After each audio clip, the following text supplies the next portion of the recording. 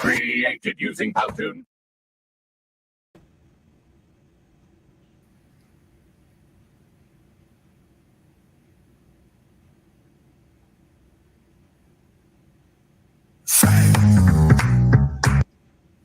Oops.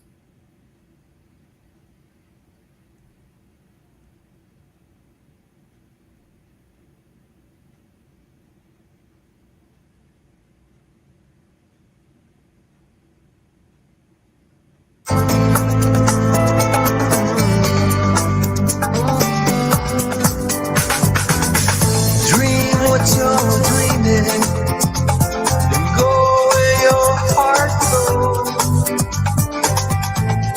Turn to the sunrise, reach for your rainbow.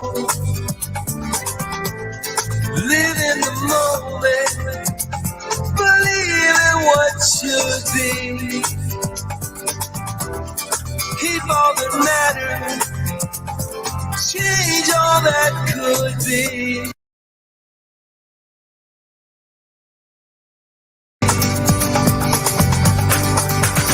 We live in a time of choices, so take the other road instead. However far you travel, there's so much more ahead. Success is a journey.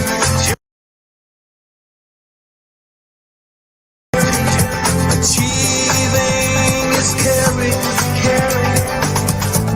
If knowledge is power.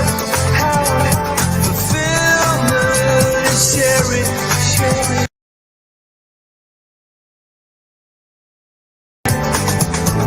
If you can create a new world of your making, tomorrow is calling.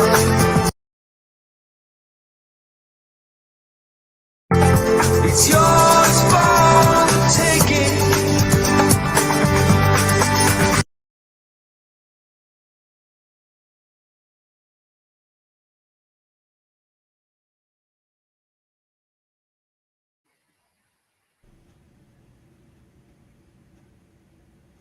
Anyways, guys, I don't know why it keeps pausing, but anyway, the music. You could have done it easier.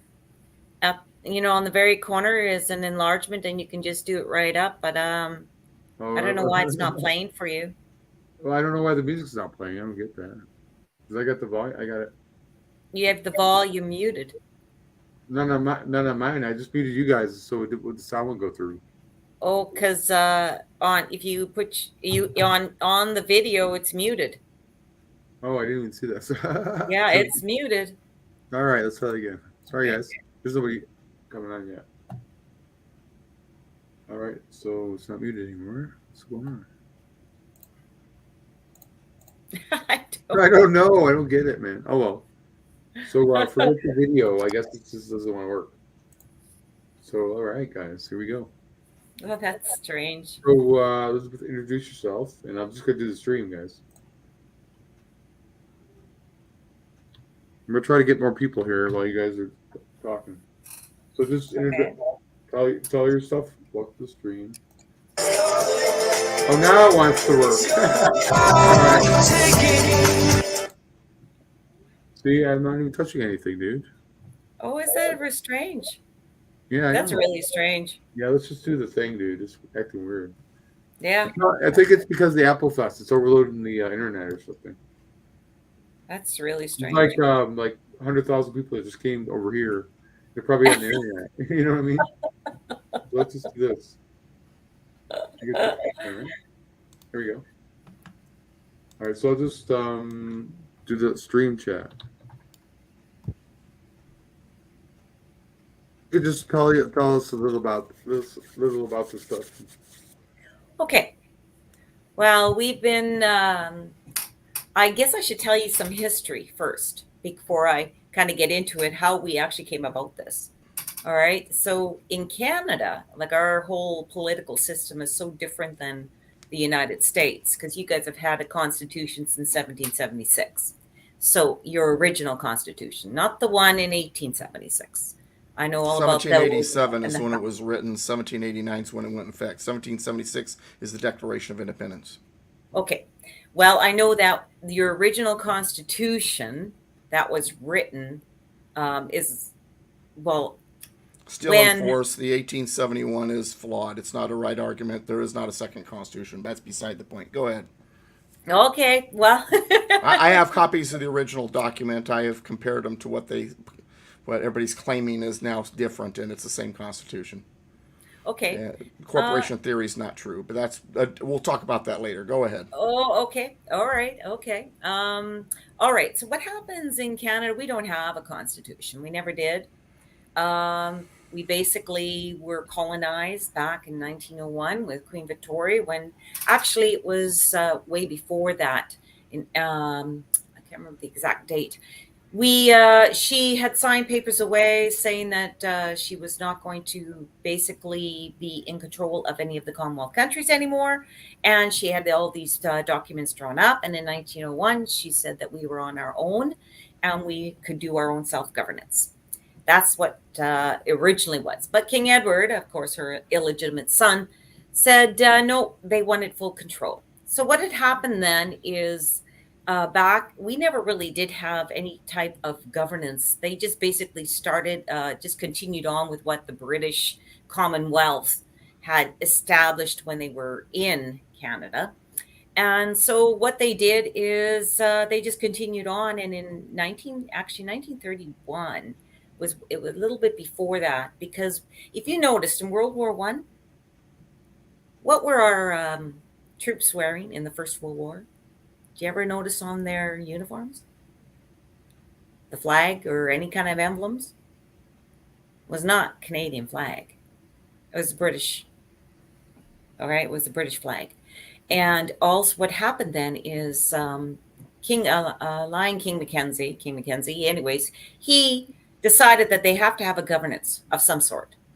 So what he did is he forged a bunch of patent letters, and he forged the King Edward's signature, and they developed the government they have today. Then they decided we never did have a constitution. And so what they did is they just continued the governance with a governor general. And it was all fraud. It was never ever true. And every MP that you can talk to during that time between 1931 to 1945, they all said, look, we have a constitutional crisis we need to deal with this. They never did. They just kept putting it off. Getting a flag was more important. Our flag did not come about till 1964. So we had no constitution, no nothing. So when I had found out all about this, and I learned what they tried to pass off as a constitution was the British North American Act. And the British North American Act is based on the Magna Carta. And when I went to England to research this, I went into the archives in the libraries in London, and I found out that the Magna Carta is a dead document. They don't even go by it anymore. And the British North American Act is also a dead document. And I said, well, okay, so in 1982, when Trudeau came in and tried to resurrect the Constitution, supposedly, with the signature of Queen Elizabeth, who was never our queen in the first place. And they resurrected a dead document. So basically they summoned it from the dead. So when you always talk about being summoned in your courts and admiralty law and you're all dead and everybody is being summoned to court kind of thing, well, that's basically what he tried to do. He tried to summon up a constitution that was not really there. So what he did then is everybody thinks we have this British North American Act, the BNA Act, as our constitution. And it's never, ever been ratified by the people. It's never even been brought forth to us at all. No one ever had a say except for the politicians and whoever was in control at the time. So when Harper tried to get into the United Nations, he tried to get a seat into the United. Canada's been trying to get a seat in the United Nations forever. And when Harper tried to go in, and I think it was in 1974, he tried to get in. And they turned around and said to him, sorry, you'll never have a seat here because you're not a country. You're not a registered country. You're a corporation.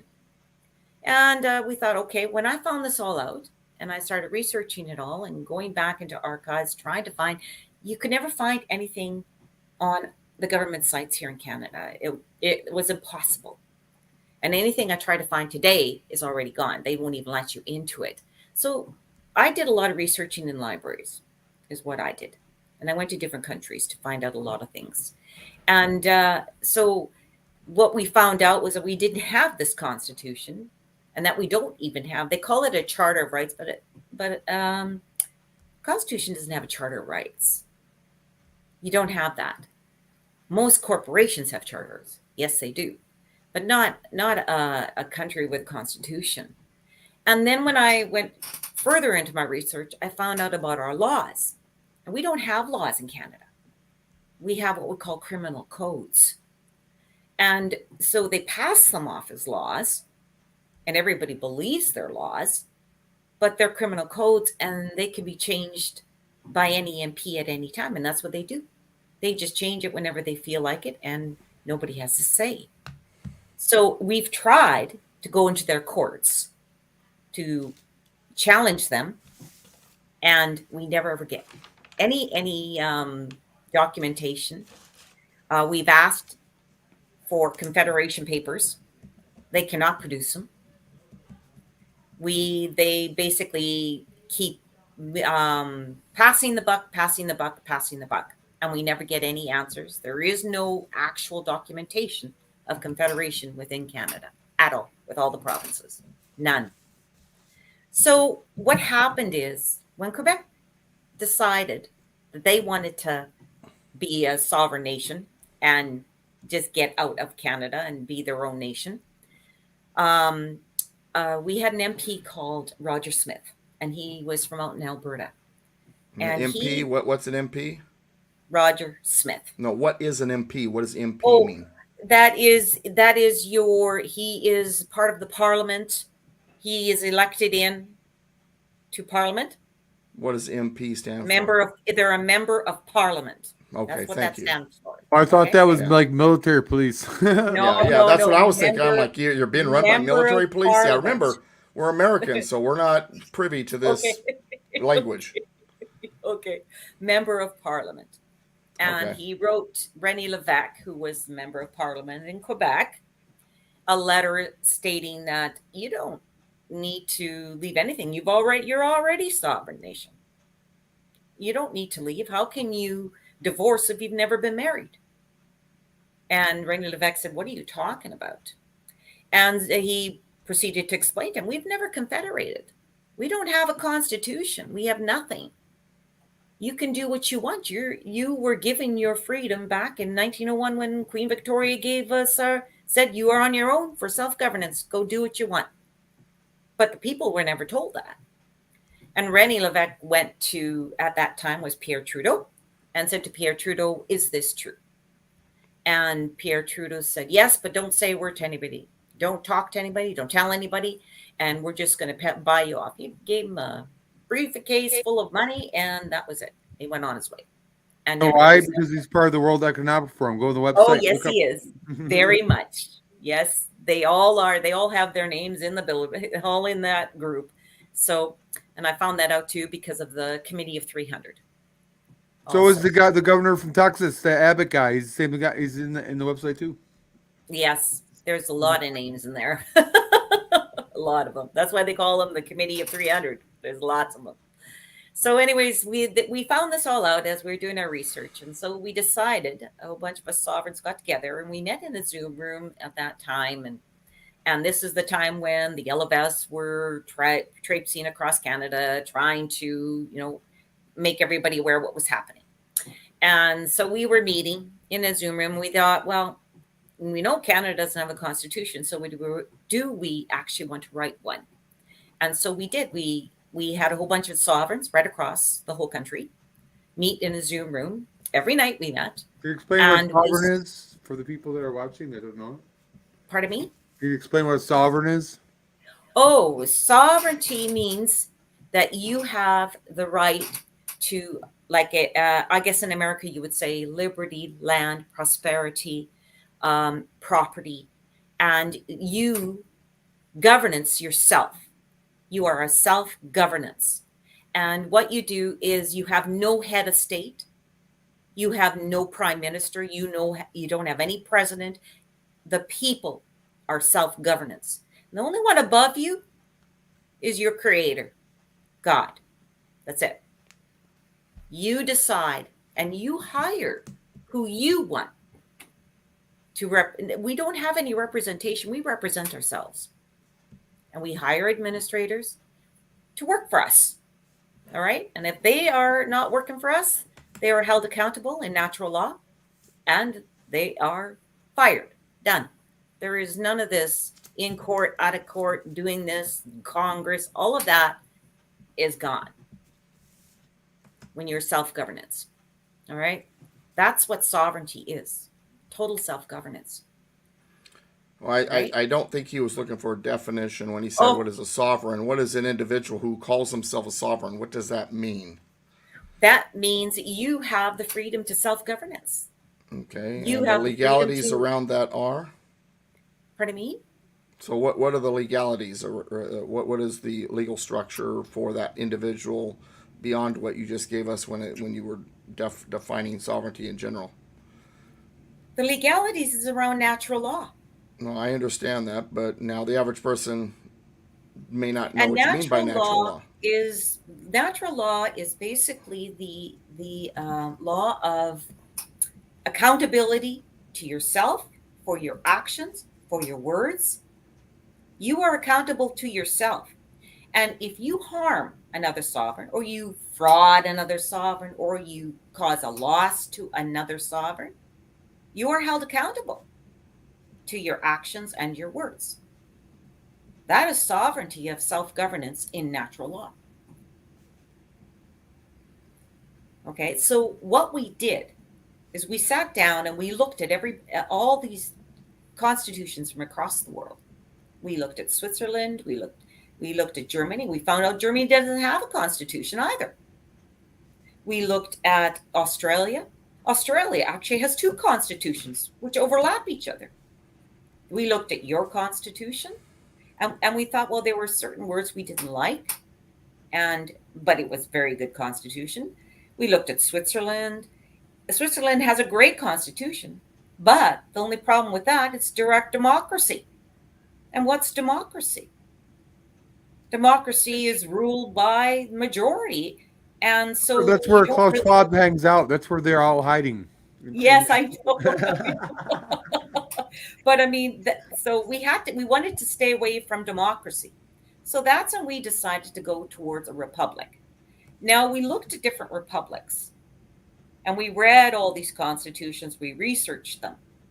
And in republics, we found that, like we had the Republic of China, we had the Republic of the United States, we had Well, you the have to Republic of remember, Russia. just because something calls themselves republic doesn't mean they are. Doesn't mean they're republic. No. And we researched all of that. And we thought, okay, so is there any really true republics in the world? We did find some. I think there was 3 of them, actually, we found. And I can't remember the Republic of, I can't remember the name. What is your definition of a republic? A republic is The republic to me is a governance by the people, for the people, of the people. Well, that sounds like democracy. You just said that you didn't believe in No, direct it's not. democracy. Democracy is majority rule. Right, but that's of the Republic people, by the isn't people, for the majority people. That rule. they use the same argument. Yes, I know they do, and Yeah. I've had this. I've had What's this the discussion. I'm just curious. What is the contrast? What is that? The defining contrast between then a republic and a democracy? Wait, If okay, democracy has usually a head of state. Democracies, every democracy I ever been in and researched, well, they have a head of republics tend to state. have They all have republics tend to have a head someone of to state. represent them. They don't represent themselves. They're always giving their power to someone else to make the decisions for them. In a true republic, the people actually make the decisions. Nobody else can make the decision without their say. So when we go in to make a decision, I'll give you an example here. If we want to go in and sell certain resources from out of our republic, those administrators that we hired, they don't have a say. They come to us and say, okay, do we do this deal or do we not do this deal? And we have the say, and we go to our hiring station, say, okay, I agree with this deal. Yeah, let's do it. Let's do it.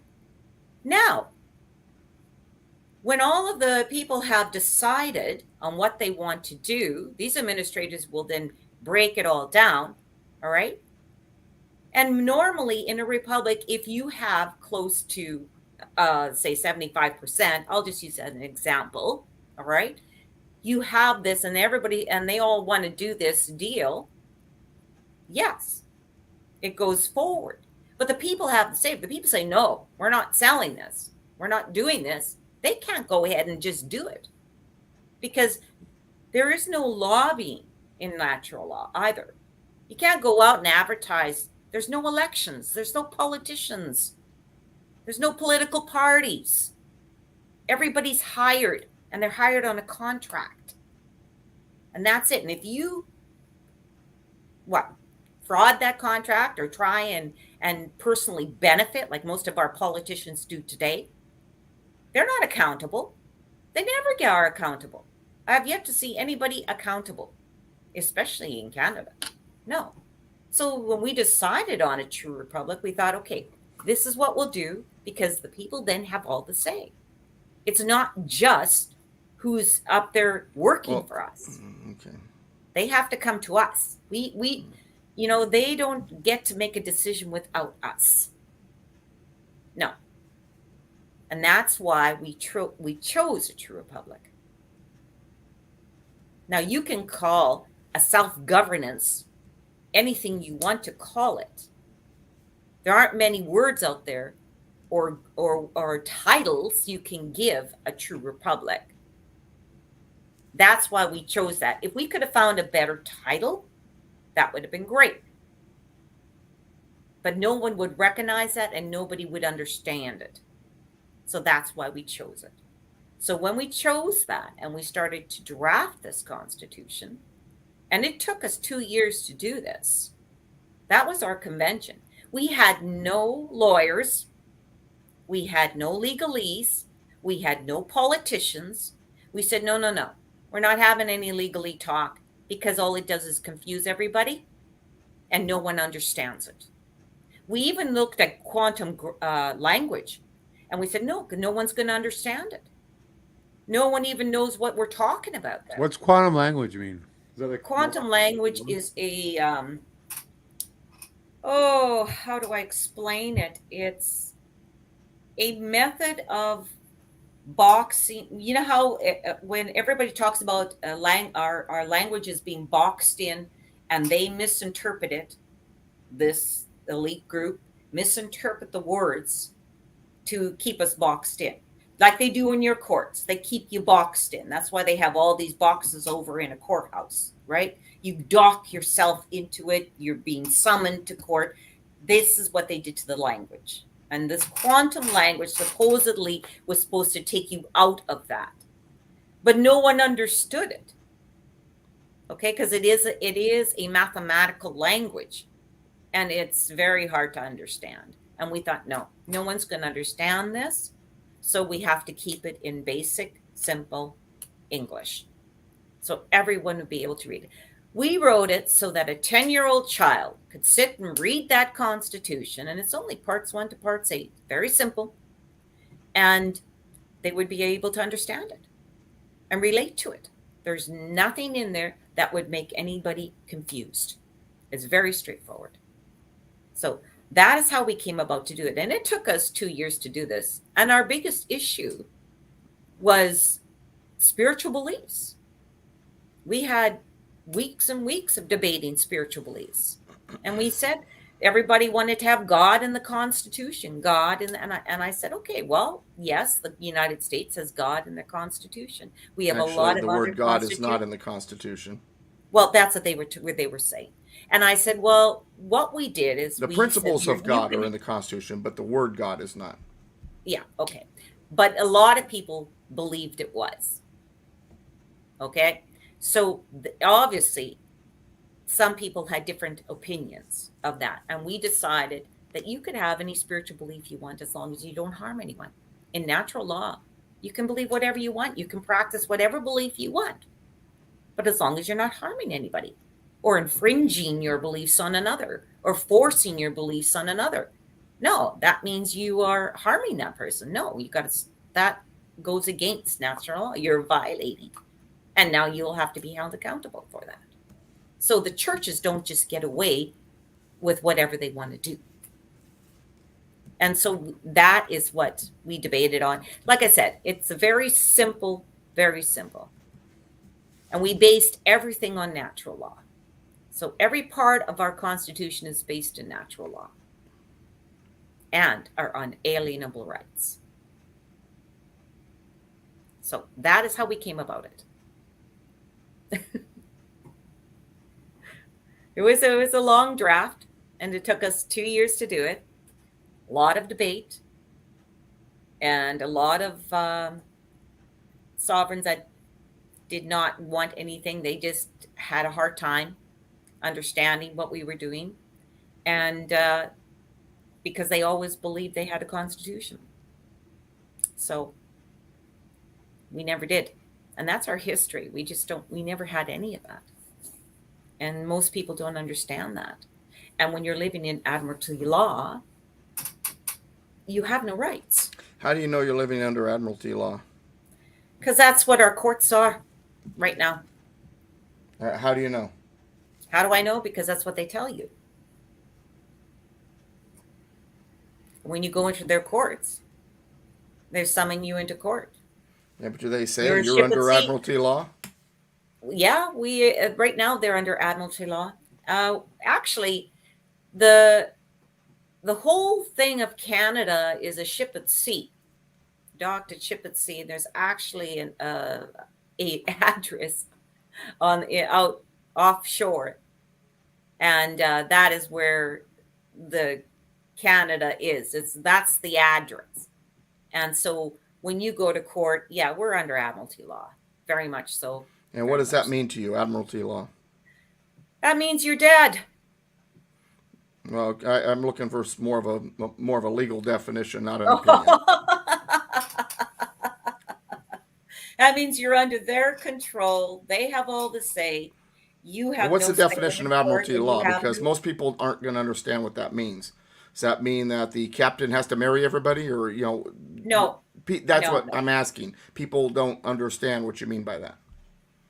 Okay, so admiralty law is when you come in as an unknown.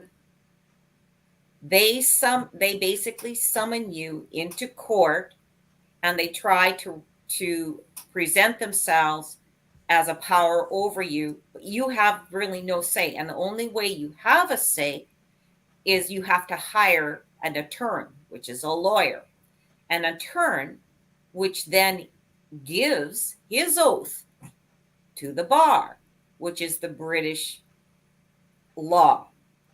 So in any Commonwealth country, you have the same laws, and they're all together. So when you are summoned into court, you come in with a lawyer attorney, all right, which then give their oath to the bar, which represents the Admiralty Maritime Law. It's the same thing. And you're at sea. You're being summoned from out of sea as a spirit because you are dead. Look at that. It says UN. Look at that. You see that? You know Yeah, what I it mean? is UN. Totally. It all links together. So I'll give you an example. There was a court case in 1991 in Alberta, in the town of Wetaskiwin. And the people of Wetaskiwin, there was an election going on. This is when the government was bringing in the GST. It's a government tax, state tax. All right, they call it a government service tax. And they were bringing this in. This politician said, no, I promise I will not vote for this. I give you my word. I promise you I will go against this and stand against this tax. So all the sovereigns of that community, of that district, voted him in, majority. He got in because of the promises he made. Well, when he got to the House of Commons and the federal government and they were voting this in, what did he do? He voted with the party he was with and said, yeah, I vote with the party. And so the sovereigns decided, well, we're taking you to court because you lied to us. So they went to court and they gave their case. And this is what the judge said to them. I know you have concerns about what happened with Mr. Littlechild. And yes, he may not have been right in what he did. And yes, he did not kind of go through with the promises he made. But in this court, you have no rights. And he will never be held accountable. And that's on record. And it was just tossed out of court. Was that as a result of maritime admiralty law, or because the judge was just a? No, it's because all of our judges follow that law. Yeah, you said British law in the bar. What do you mean by that?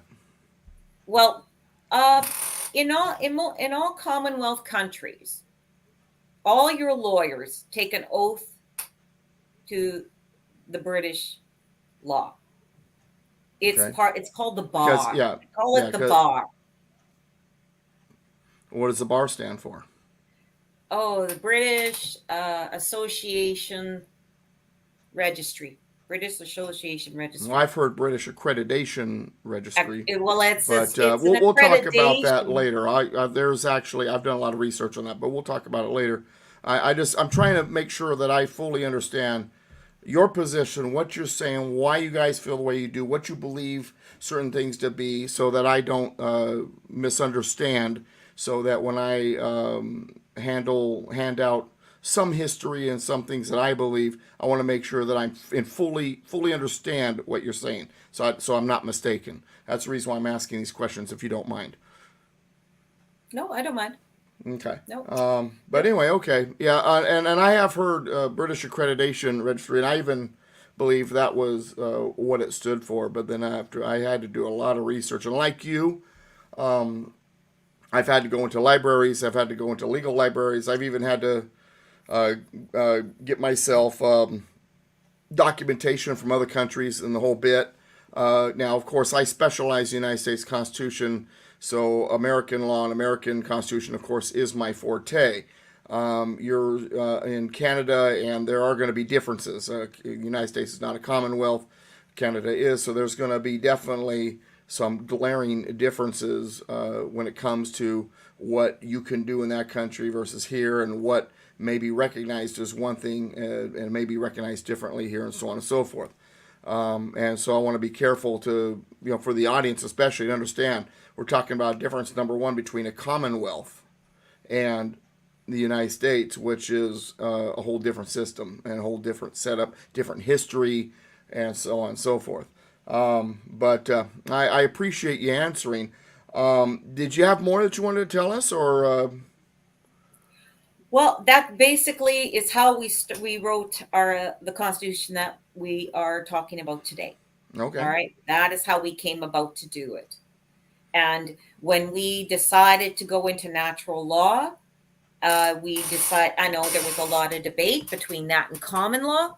And I know, Joseph, I read your information on Dolores Cahill, I think her name is Cahill. And Yeah, he's from North Carolina. He had there's actually an article in the newspaper about that.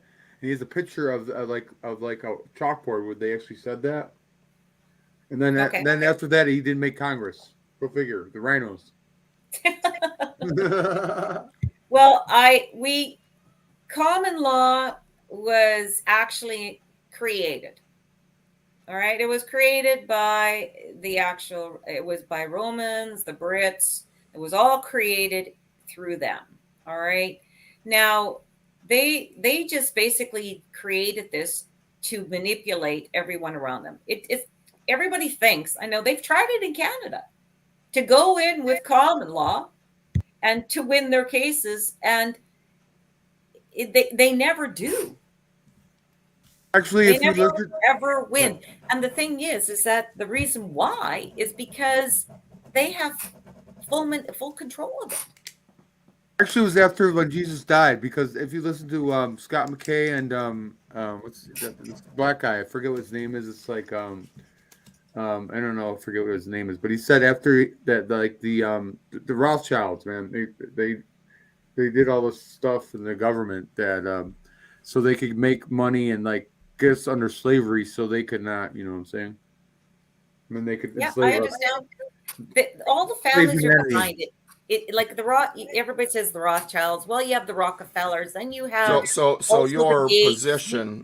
Well, I'm yeah. surprised by what you're saying. So your position is common law is not a good thing. Okay.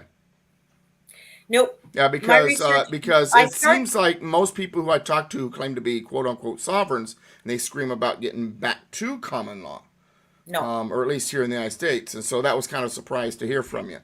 Well, if you learn the history Mm-hmm. of what common law and how it began, Mm-hmm. and then you look at it and you look at natural law and common law.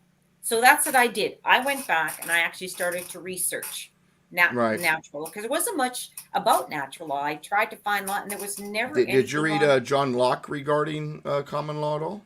I'm not common law. I mean natural law. I read a little bit, but there was not much on it. So that's when I went Actually, to John Locke writes extensively, quite a bit well, about he natural he law. But does. anyway, that's okay. When I'm still confused about your definition of natural law. You've talked about it a lot. Elizabeth, tell them about what you're doing. Like you're building your Well, no, I brand. want to ask this question real quick, please.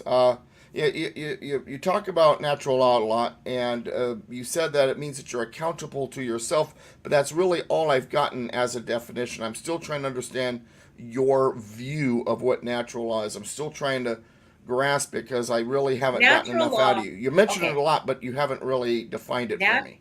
Natural law is the Mhm. respect for all living systems. Okay. It is actually an original law so that you will be accountable to yourself. Mhm. Instead of hiding behind a corporation, instead of hiding behind, oh, I've got insurance to cover that. No, you are accountable for yourself. Yeah, it sounds like you're talking about individuality. If you want, I don't like to use that, because to me, when you are talking natural law, it's not just yourself. You have to really be aware of everyone else around you. Well, sure, but when natural law is in play, do you not still possess a separate station inside, a separate and independent or individual station within natural law? Even though you're a part of it, you're part of the system. You also do you not possess an independent or individual station inside natural law? That's why you're sovereign. Okay. That gives you that self. Okay. Okay. So if you're a sovereign in natural law, it's a perfect system for all accountability to everyone in that system. Now, in a system of natural law, though, does there still need to be some type of man-made structure to govern it, or is this a That's natural exactly what we're free-for-all? You doing tell right. me. Okay, Doug, that's exactly what we are doing. Mm-hmm. And what Joseph was asking me to talk about what we're doing. Right. We're structuring a whole system on natural law Based on and the 8 parts of Okay. our Constitution. So yes, we are designing our own, as you would call your court system, whatever, okay? Because everybody here today, if I said, well, we are building a lawful system Mm-hmm. and structuring it, yes, you have to be able to do that. So we say, okay, we have a natural sovereign law courts. Yes, we are structuring that. We are building that. We are also building, restructuring our total infrastructure as institutions like our health centers. You call them hospitals. Those are all going totally a different, the system we're in is so corrupt. We are changing that too. We're going into the natural law system. All right. I know it's hard for you to understand because everybody No, it's not. doesn't It's not understand. hard for me to understand. I'm just wanting to make sure I understand your position and your definitions, but also I'm doing this for the audience because, as much as I know and you know, they know much less. So I also want to make sure they are fully along here, Okay. because this video, obviously, whether it has a huge crowd or not a huge crowd in the very beginning, as word gets out about our discussion, I'm sure a lot of people will check it out and visit it. And I just want to make sure also that nobody gets lost in the minutia and the language.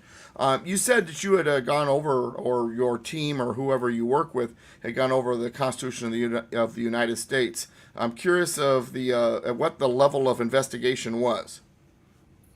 We just read it.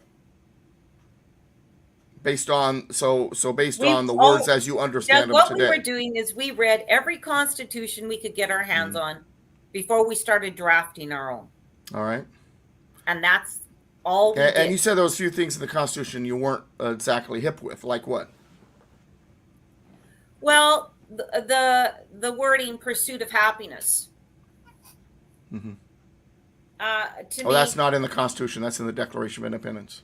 okay. So there we have the confusion because some of them thought that was in the Constitution. No, that's in the Declaration. Those are different documents, and the Declaration of Independence is not legally Okay. binding. Well, like now I said, that said, pursuit of happiness is actually very, very important, very good that it's there. But that's something we can discuss a little bit later.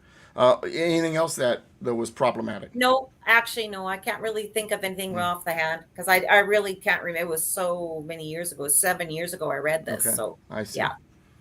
All right. But I'm not from the United and you're not an States, American, so so- I didn't expect you to do this deep dive per se either. No. But We just I read- was just curious at what your level of investigation and how deeply you guys went.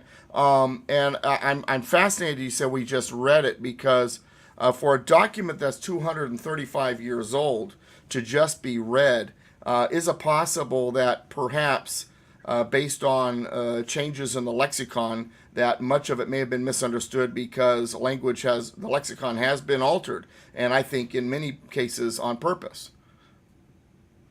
Yeah, I agree. I agree. Yeah, it's one of the things that I specialize in is the original intent, what they really meant. And one of the problems is, a way I like to explain it to my audience is there's nothing wrong with our Constitution. The problem is that it's sort of like a salsa recipe or your favorite recipe, and you share it with someone and they decide to throw a few different things in instead. Then they say, well, your recipe sucks. Well, if you didn't follow the recipe as it was originally intended, and you decide to put, say, lime juice instead of lemon juice, or vice versa, or instead of cilantro, you put parsley, well, obviously it's going to mess it up.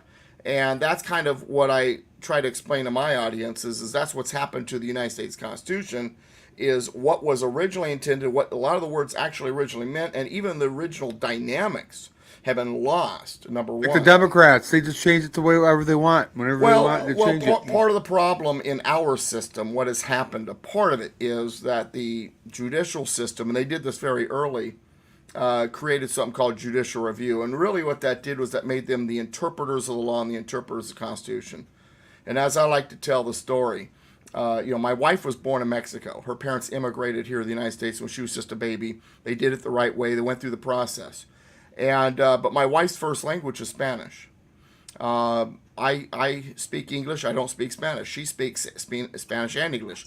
My father-in-law is bilingual. He speaks both languages. But my mother-in-law never learned English. She speaks only Spanish. She's been here for 50 plus, almost 60 years. She still only speaks Spanish. So if I want to communicate with my mother-in-law, I have to use my wife as an interpreter. So I tell my wife in English what I want her to tell her mother. She tells her mother in Spanish. Her mother responds in Spanish, and then my wife tells me in English, and I believe her, even though what's on my mother-in-law's face might not match what my wife just said to me. Who holds the real power there? The interpreter does. Because I really don't know if she's being honest with me or not. And neither does her mother. The interpreter holds all the power. The moment the judges made themselves the interpreters of the law, then that's, gave them all the power. So that's a part of the problem. Now, there's many problems. That's just a small part of the problem. So what we have are people who have a narrative, a desire, a push for power, whatever you want to call it, and they're the ones interpreting the law to mean what they want it to mean. And then when you say, whoa, wait a second, that's not what the Constitution, do you have a law degree? Are you a judge? Well, then you don't understand. And that's part of our problem. Then you got to hire a lawyer to interpret it. Well, and it's funny because when it comes to the Constitution, I am known as an expert or a scholar of the Constitution, and I often get the response from people, well, are you a lawyer? I said, well, no, and that's why I understand the Constitution. So I wanted to bring that up because when it comes to our system, I don't think there's anything wrong with the Constitution. I think it was written brilliantly. Now, if there is something wrong, it's the fact that there are some amendments that should have never been put in there. 16th Amendment, 17th Amendment being a couple of them. Some of them are amendments are just so misinterpreted that they mean something that they never were intended to mean. 14th Amendment is a great example of that. It's very misinterpreted. Wait, I'm going to stop you right there. Who made the amendments? The Congress proposed them, but the states ratified them. So did the people actually vote on those amendments? This is not a democracy. First of all. Second of all, when it comes then to what is it? What we have is a republic, but our definition of a republic, or what a definition of what the United States Republic is very different than the one you were describing earlier. And to be honest with you, when you were describing your republic, it sounded more like a democracy. I was describing a true republic.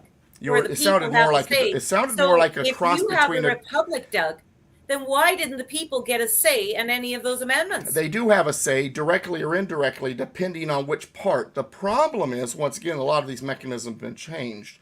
The people's voice, for example, at the federal level, would be through the House of Representatives. That is their representatives. Doug, what are the amendments you were talking about? That's why I like natural law, because there is no representatives. Well, now see, actually in natural law, representation has nothing to do with natural law. What is natural law? Natural law is not a system or a legal way of setting things up. That's not what natural law is. Natural law is the natural order of things.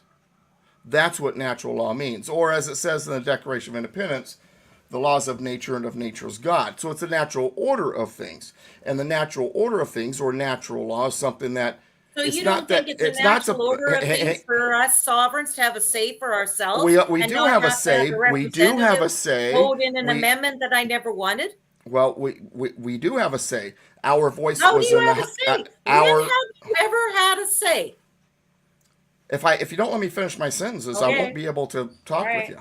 Okay. Well, you told me to challenge you, and I am. No, I'd have no problem you have challenging. never But had if a I'm going to say. give an answer, I have to be able to finish what I'm saying. Okay, go ahead. I allowed you to talk for an entire hour, and I asked a All couple good. questions, and that was it during that time. Otherwise, I allowed you to say whatever you wanted for a whole hour. Entire hour. Sorry. Well, or nearly an hour, but whatever. No. But I mean, I asked a handful of questions. Guys.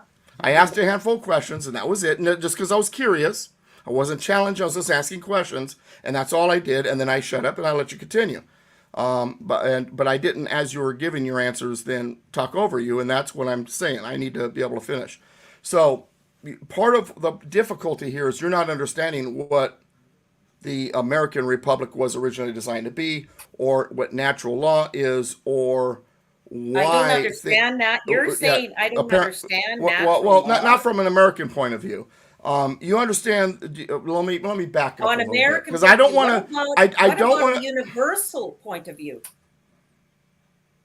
I do not want to come across as if I think you're stupid. I don't think you're stupid. I think you're very bright. So when I say you don't understand, that's not what I'm saying. But I am saying that from my point of view and my studies, some of our definitions are not matching. And I would like to put those out there. Talk about from the Constitution point of view. Obviously. Now, are you familiar with what a mixed constitution is, or the terminology regarding a mixed constitution? No, please explain that. Okay. Montesquieu was one of the people who wrote quite a bit about mixed constitutions, as did Polybius from Greece. And you got a little bit of it from Cato from the Roman Republic. Cicero kind of touched on it a little bit as well. In a mixed constitution, the idea is a pure democracy or direct democracy doesn't work. It fails. It always does. It always crashes and burns. And in the Greek states were a great example. So you don't want a direct or pure democracy. But you don't want to go the opposite extreme either, where it's a complete oligarchy. Oligarchy doesn't work. And usually when oligarchies don't work, and they have different parts of things that are involved, such as an aristocracy or a theocracy and things like that, on their own, none of them work. They're all destructive. But in a mixed constitution, you can take bits and pieces of some of those systems and put them together into a system that creates checks and balances. That's what a republic really is a system as checks and balances. It doesn't allow too much democracy, too much aristocracy, or too much federal control, or too much state control, or too much local control. It has a mixture, and the authorities are dispersed as such. In the case of our federal government, originally, this has been damaged since, and that's part of the reason why it's having trouble operating properly. The idea was that when it came to voice in the federal government, there needed to be a mixed, or should I say a multiple constituency. So the voice of the people, they vote for their representatives in the House of Representatives. That person is supposed to be their voice. They democratically elect that person. To put something out to the people all the time, of course, is you give them all the power to vote on everything. That's democracy. That's dangerous, because eventually what happens is a 51% majority votes away the rights of the other 49%. So what you do is you put representatives that are directly reportable to the people in the House. The U.S. Senate was not that way. The U.S. Senate originally, they were not democratically voted in. They were appointed by the state legislatures. And it was 2 per state, as it is today. What this did is in the House of Representatives, because it was democratic, the population centers of the cities would have the louder voice. In the Senate, the states would not only have oversight over the federal government, the state legislatures, but also, because of the way it was structured, the rural areas would have a stronger voice in the Senate. This created a dichotomy that allowed them to be different from each other, creates debate, and they become a natural check against each other. Then at the state level, the state legislatures were also very different than they are today. The state House of Representatives, or the state assembly in 12 of the states, democratically voted in based on districts, that based on the population, like today, directly responsible to the people, just like the House of Representatives. But the state senates, which today are democratically voted in by districts, were not. They were appointed, 1 per county, rather than based on population districts. Hey, Doug, population-based districts. One minute. Explain that real quick, and then I want. What do you mean? Explain that real quick. Well, okay. You got, how much time do you have? Do you have a limited time, or how long do you want? I'm not understanding your question. Explain what real quick? I'm explaining. I know that. I know that. I'm just saying that Elizabeth wants to explain about the she's got besides the Constitution, what they're doing, like they're hiring people for jobs and they got their own like grid and they're doing their own power. So this is gonna they're gonna be off the grid. They're an independent state. Like Yeah, well, let me finish saying what I'm saying so she understands some of the structure, not all of it. I'm not going to go into the whole thing. That would take hours. I'm just getting into the basic structure of that's cool. How the houses were set I up. just wonder how much time you want to. Yeah. Do you have unlimited time? Well, I don't have unlimited time because I actually have a very full day tomorrow. But Right, so do I. but you know, I'm losing time right now talking to you on this, so I don't know what you want me to do now. Go ahead. I'm just saying that Elizabeth has more to say about what she's saying about. Well, my point is this: her description of a republic and natural law, it doesn't sound like natural law and a republic to me, is what I'm getting at. A republic in America, for example, has these different mechanisms that check each other. Right. It's a mixed constitution, and her version sounds a little bit like a cross between democracy and a communal system. And Not at all. that's what it sounds like. And that's the reason why I was asking you earlier, please help explain more so I understand. Because I had a feeling that's not what you meant, but that's how it's coming across to me. And that's why earlier during the first hour, I was really asking, because I want definitions. I need to understand this better because that's how it's coming across. You got to make it real detailed for him. Like put it like. Well, I don't live in Canada, and I'm not real familiar with your system. I'm real familiar with ours, and as I'm trying to show you, is you're not as familiar with ours as you thought you are, and I'm probably not as near as familiar with yours as I ought to be, and that's why I'm asking. I'm fishing. I really do want to understand because I don't want to make the assumptions I'm right now making. I'm hoping I'm wrong, but I really need to have the definitions more clearly provided. All right. Wait, Doug. Explain in real simple terms what the new republic is for her. A republic has checks and balances. It's a mixed constitution. Has multiple constituencies. The checks and balances. That's a very general term. I could explain checks and balances for an hour, real easy. But in the simplest terms, it means that there's no unilateral decisions. Nobody can make a decision unilaterally. There is a second backup ratification or approval. And that's the way our system was originally. Unfortunately, in today's system, we do have a lot of unilateral decisions going on. For you, though, a real simple question. How come we can't we can't vote for the Speaker of the House? Why is that? Who made that law? Say it again? Why can't we vote for the Speaker of the House? Because that is an internal Who made that up? Who made that up? That's a part of the Constitution. They choose their own speaker. Really? Are you sure? Now you got to remember. When they wrote it, Doug, that's not really true. What? Because in the beginning, with your original Constitution, there was no assigned president. They were given a title, but all the states could choose their representatives to come into a Congress, a continental Congress. That's not the Constitution. That's under the Articles of Confederation. No such thing as a Speaker of the House then. Absolutely. None. All of that was invented. Oh, let's see here. So Article 1, Section 2 of the United States Constitution says the House of Representatives shall choose their Speaker and other officers and shall have the sole power of impeachment. What you're referring to is the Articles of Confederation in which the Continental Congress continued to reside under. Under the Articles of Confederation, there was a unicameral Congress, one chamber. The members of that Congress were appointed by representatives or delegates that were voted into place by the people, and then the president was chosen by the members among the Continental Congress, and he was Well, the basically thing the is, though, president. that Hang on, even- let me finish. He was president of the Congress. The problem with that was it wasn't a separation of powers, such as with the British system, where the prime minister is just another member of the legislature. Separation of powers became very important, and so with the Constitution, they separated the executive from the legislature.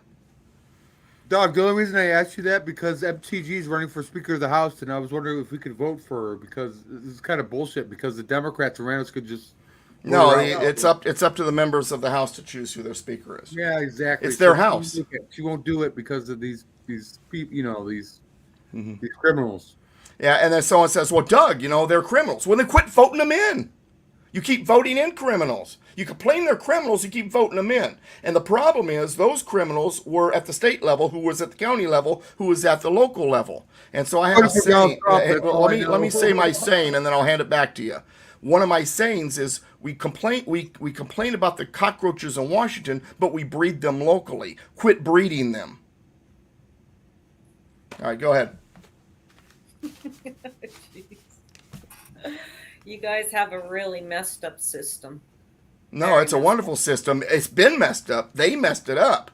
But the original way it worked out, it actually worked wonderfully. Came into our local government and came in there, and you got the CCP getting in there too. You got all those different. Yeah, people. well, the system was made up, with this idea of localism and that different governments handled their own stuff rather than there being a national government makes all the decisions. Man. It's like a long. Yeah.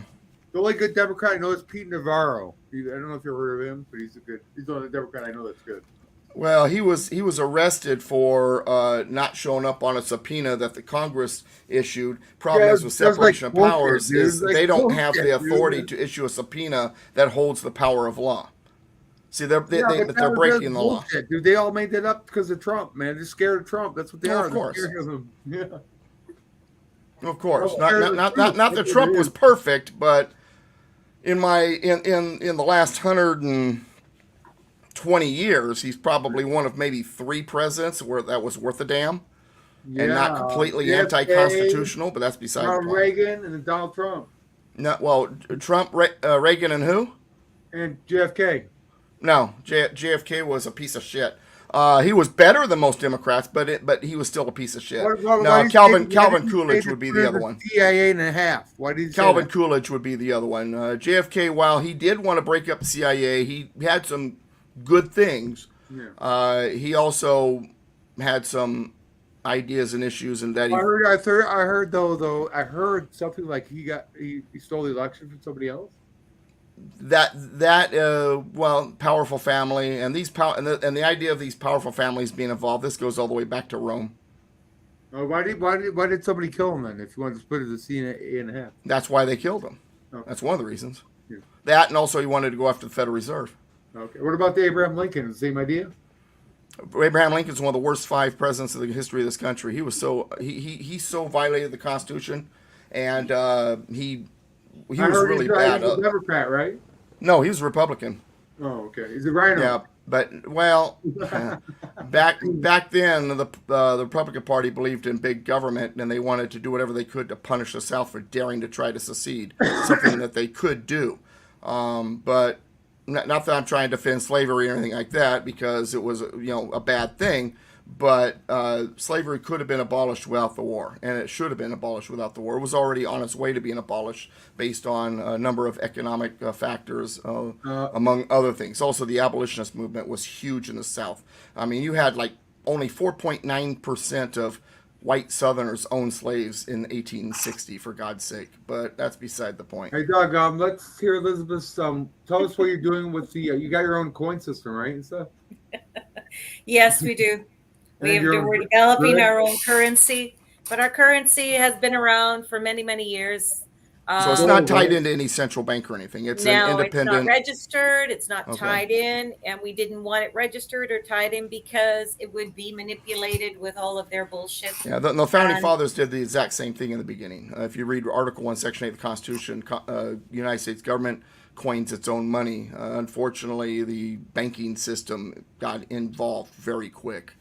But that's good. Having your own currency system without the banks being involved is huge. Yes, we have our own currency system, and we've been developing it, and it's been around since the early 1700s. And it was originally based on the beaver pelt, and it was actually a coin developed from the beaver pelt. And so we're going to continue with it. And actually, it went through about 200 years of they tried to do it many times here, and it was the indigenous that were actually our natives of Canada what actually started this whole thing, and it was never ever recognized. It was just May I ask a question? The Canadian current monetary is it tied directly still to Britain, or is it independent? The system that the government uses. it's all tied to it's not tied to Britain, but it's tied to the Fed. It's the it's all tied together with the European American banking. dollar. Okay. Yeah, Federal Yeah, Reserve is very unconstitutional. Should have been gone before it existed. Unfortunately, it's not the first time they tried using a central bank here. That was the third one. But okay. yeah, Trudeau changed all of that. We used to I like have to call a him. I'd call him Turdo, but that's just me. well, no, not his dad, not No, this young turd, guy. turd. Yeah, Oh, his he's a his turd. father That's what I'm saying. I turned know who. everything. Oh, yeah, Yeah, yeah. He's a turd too. Okay. yeah.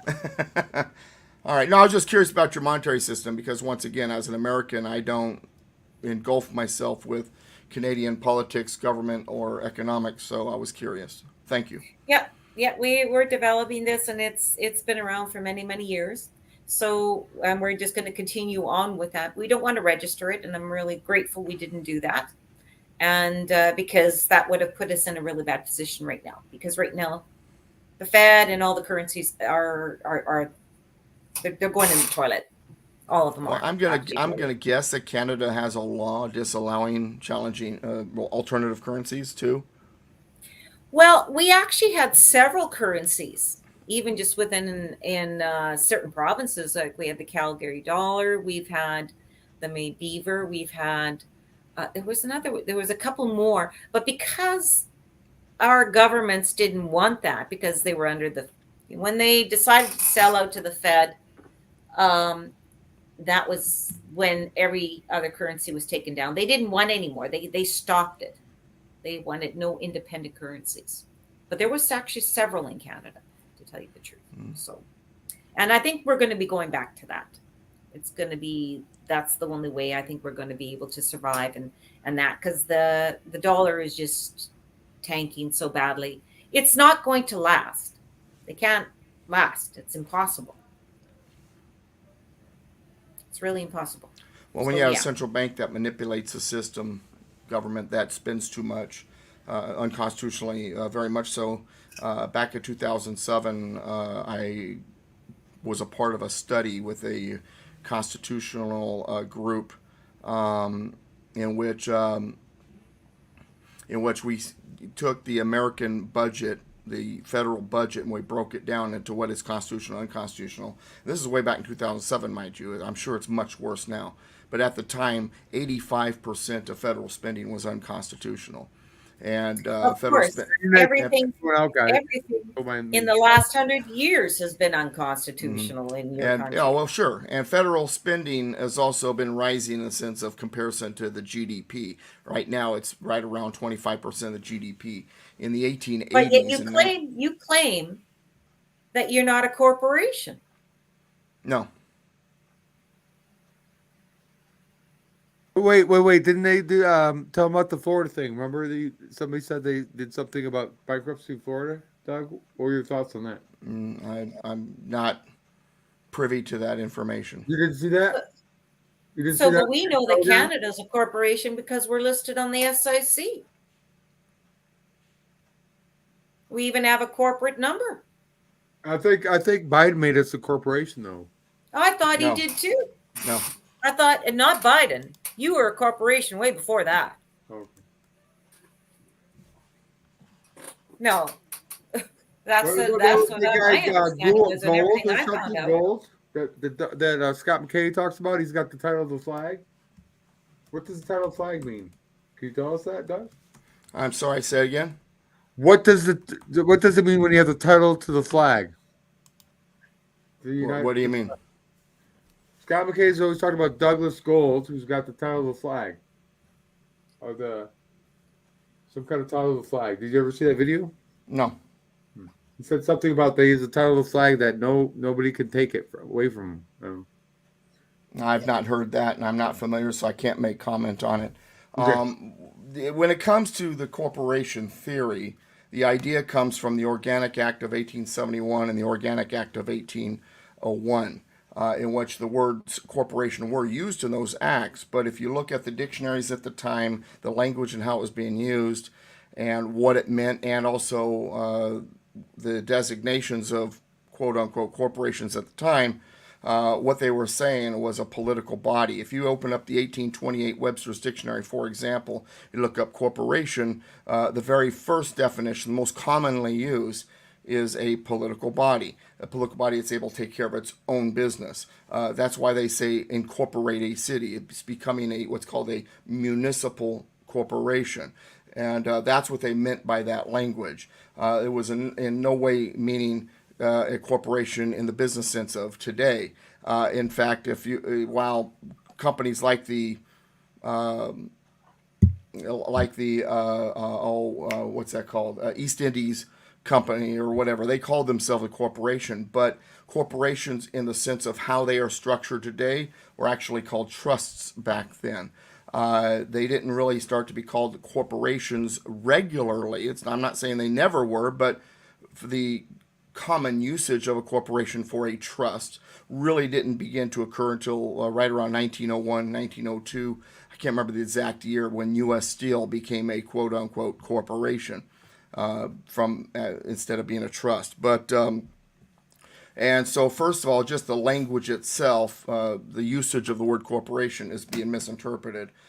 Secondly, as for the different constitution, like I said, I'm a historian. I have old artifacts. I have books and documents and copies of documents that go all the way back to the early 1800s and the late 1700s. And I do have a copy of the original Constitution.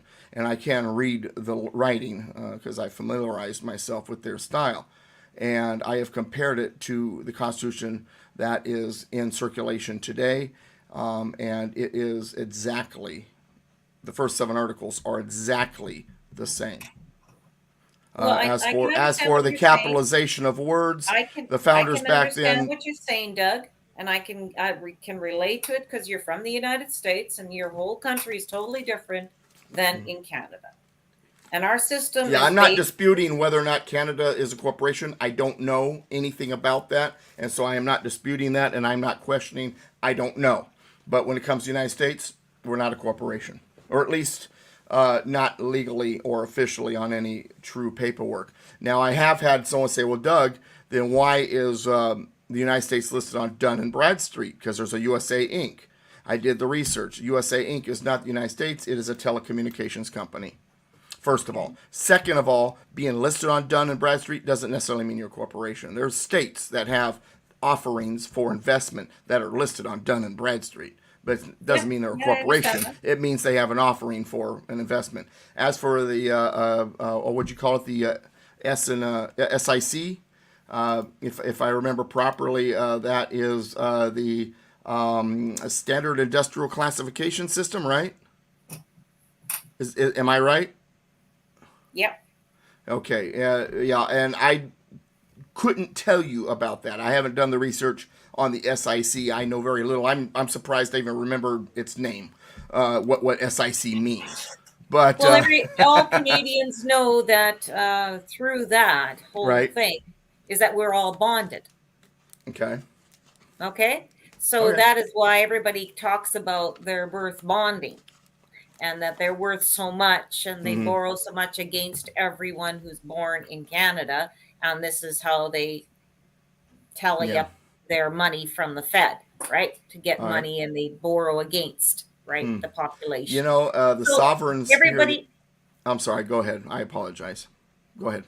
Everybody talks about that, and they talk about getting away from that, and so that's why what your situation is compared to what our situation is Mhm. totally different. Sure. And I said that early on.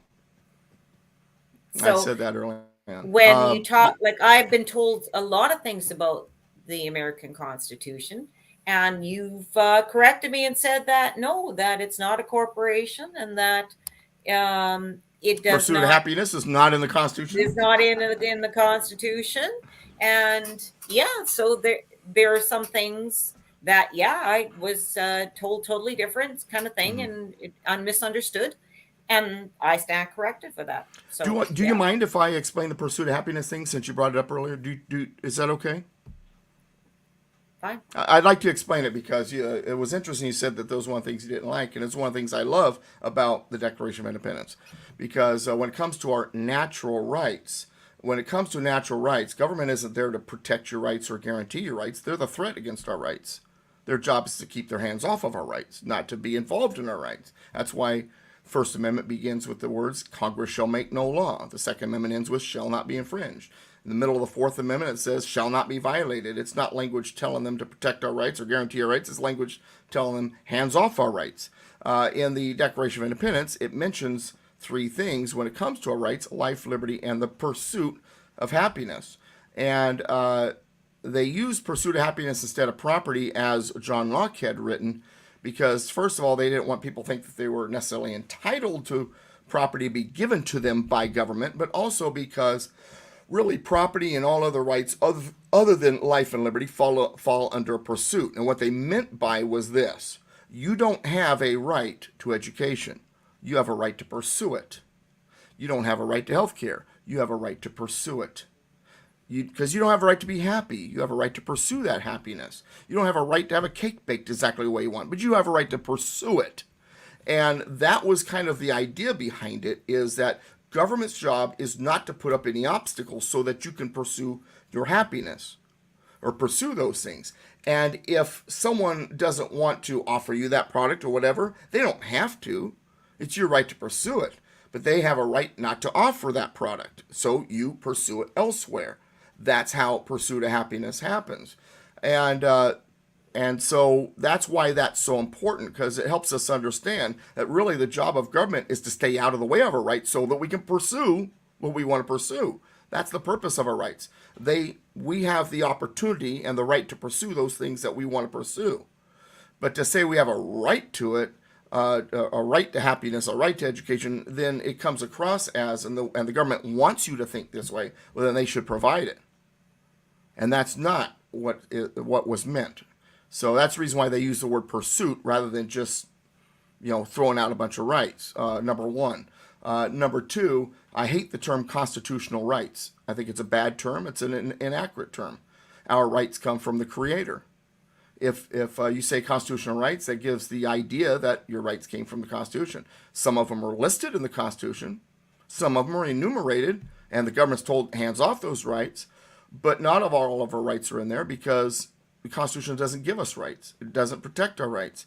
Our rights are naturally given to us, and the job of protecting them is ours. The job of keeping their hands off of them is that government's. was given to us to the origin right when you were born or when you were conceived. You already Sure. had Well, those before you rights. were even, Way but yeah. before. Yeah. So I mean that basic is like I agree with you 100%, and that comes with your sovereignty. So Doug, where did the phrase when tyranny became law, rebellion became duty came from? Thomas Jefferson is attributed with that.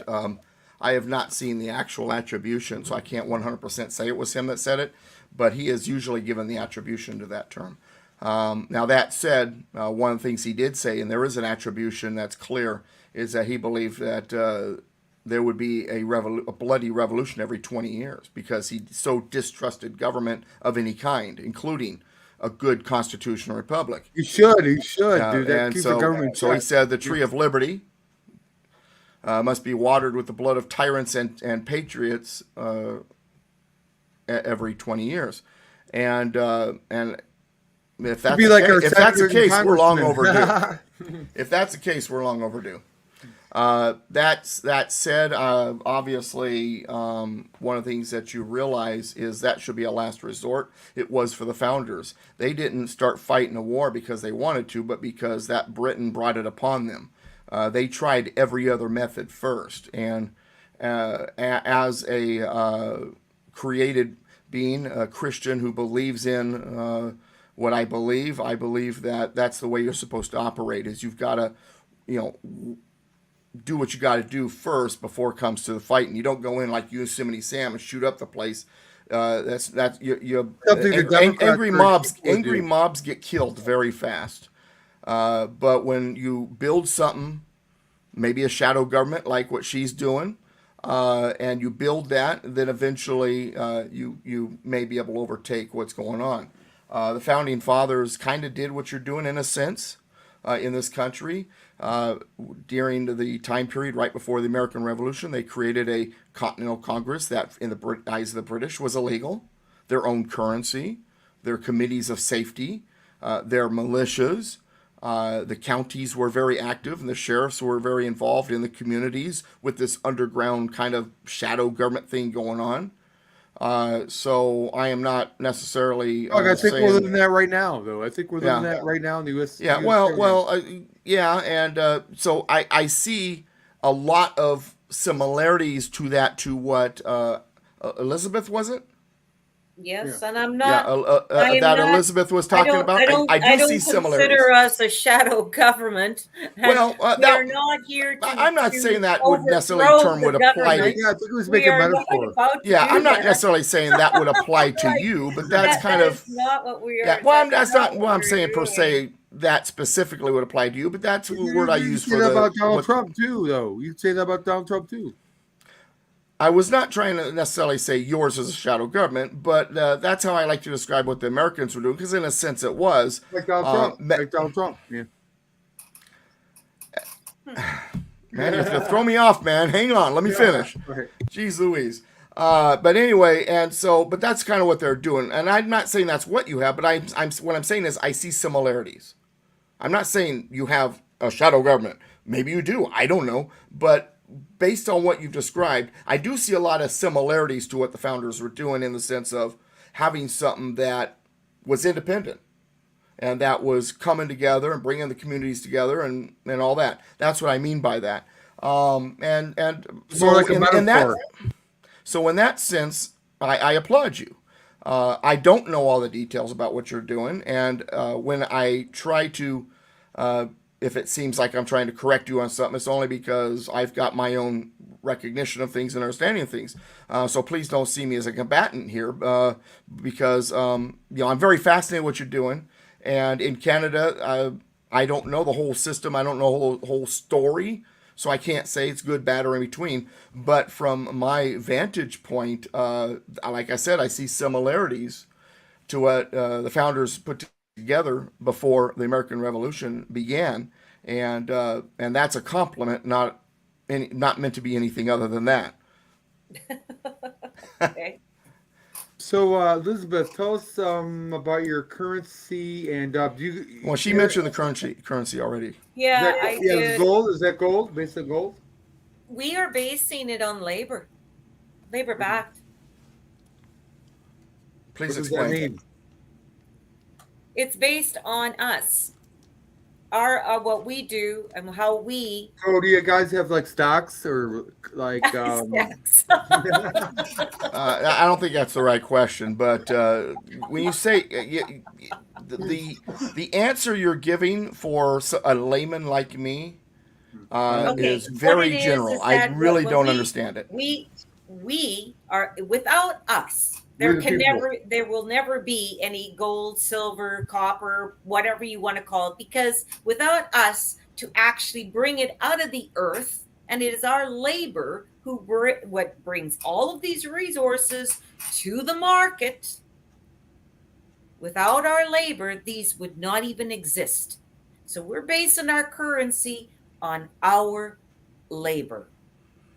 Now, again, as I'd indicated earlier, and I apologize if this is the way I take it, but it sounds very much like a communal system to me. And I once again, I hope I'm wrong here, You That's are how it wrong. comes across. That's It's how it not. comes across. It's based on community. Doug, and explain what your you mean by that. I don't understand. Because he's talking Collectivism. like the Hutterites communals or the Collectivism, Mennonites basically. communals, or no, not. We have. No, well, communities, please, yes, and please we have enlighten me, because if our I'm wrong, I need to communities understand. working together. Yes, but how else do you get a resource? Tell me, how does a resource come out of the ground? No, I'm asking you.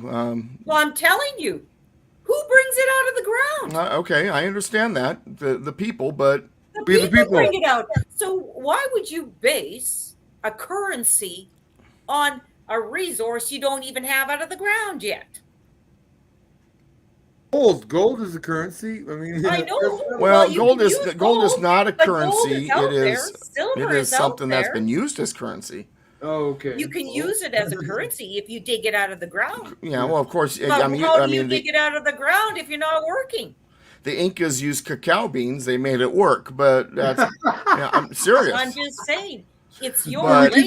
we can use You cow and shit as a I currency. Is that what you're actually- talking about? Cow well, It's you currency. and I that actually Yo. work to bring value to anything on this Right.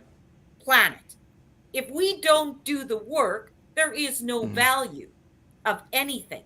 And that Okay. includes our homes, our clothing, our food, our monetary. All right, but what everything. what you're giving me though is kind Talking of about the World Economic Forum, aren't you? Hey, hey man, let me ask my question. So, but the question is, what is the unit? The unit, I told Yeah. you, was based on. I'm not asking what it's based on. What is the physical unit? Money for in order for any currency or monetary system work, the unit needs to have a physical component if it's going to work properly anyway. And so the question is, what is the physical component of the money? We are developing that right now. We're going to be building. We actually are constructing it with a copper. That's going to be Okay, so Copper. it's being okay. So it's constructed going with to be a copper.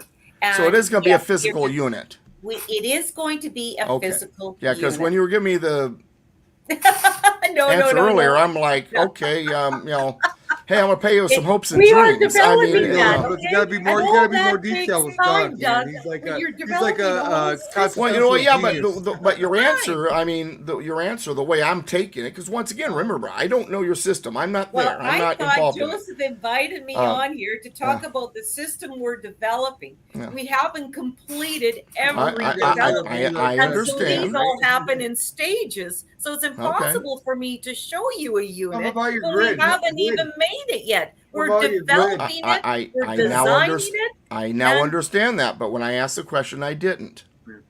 Okay. You know, I mean, the way you were describing it was like, "Hey, I'm going to pay you with my hopes and dreams." Well, Oh, that- yeah. that- No, you know. it's a unit. And for the Okay. time being, we've developed what we call a voucher. And Mm. this voucher is what we're trading now Mhm. within our communities. So And these vouchers are worth, you get to be paid in these vouchers. We acknowledge this. How is All it of us managed? are being paid for our time in developing this. All of us administrators are being paid our currency. So How is the and right system? now- Can I finish? Can I just I'm sorry. finish? I Okay, well, you paused please. a couple times. I thought I had a chance. I'm sorry. Okay, Go ahead. no, just that's the way I talk. I gather my thoughts. I don't just Okay. ramble on. Sorry, I So got if- ADD, so I just like interrupt people. Okay. Anyways, so we have developed these vouchers, and this is how we are paying others for our services, for goods, and we are doing this right now. Now we are designing an actual unit so that we can then have a physical coin, or whatever you want to call it, in your hand. This is what we have. Now, that is being developed, and yet we're taking our time because we want to design it right. We want to put the value on that. Mhm. And then we're going to have several values so that you have a variety. Right? Because you can't just have one coin that buys everything. Sure. So, right? You have to have several. So that is what we're doing, and we're developing that right now. And we're working on it, and it takes time to do that. So in the meantime, as an administration, we decided together, this is not just one person deciding it. And yes, it's right. It's called Made Beaver. All right. So we decided we would develop this voucher. And with this voucher, this is how we're going to be doing our trading. Mm-hmm. Okay. How is it, or how will it be? Maybe I should be adding that to my questions, because apparently I misunderstood your I wish I was position more here. prepared, because I would have brought up what our voucher will look like. Well, and that's not as important to me as in how, and this is my next question, how is it, or how will it be managed, and who will be or is the managing agency? We have our own monetary I don't like using banking. We call it a monetary distribution. Okay. And we have a whole team on that, working on that. And we are going to be setting up a physical place for this, okay? But that's going to take some time for us to do, because right now we have to structure everything to build that. It takes time to build all that. And yes, Oh, no, so no we do doubt. have a banking system online. We do have that online. And I'm not going to get into details totally about that. And for one thing, I think that Jacob, he's the one we've all been working with. He's wonderful, and he's able to structure a lot of this. And we have set this up. You can go online, you can check it out. You can actually sign up if you want, just like you would do with any other banking system if you'd want that way. But we don't want to go into the digital world. I agree. Out of the digital world. Because it's too manipulative, and there's no, you have no control over it. Right. They control everything. You got the Rolex out for them. I got rid of PayPal. They harassed me for like the whole last 2 weeks. Well, yes, it doesn't matter what digital currency you're going to go into. You're going to be manipulated, and you're controlled by them.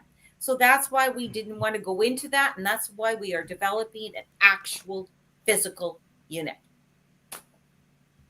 Okay, that's why.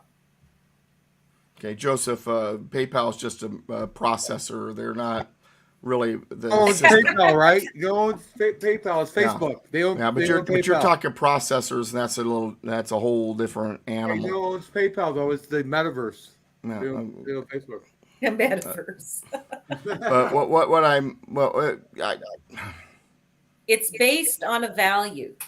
Right. It's not based on air. No, I get that. That's what you tried to explain earlier when I was like, well, that sounds communal.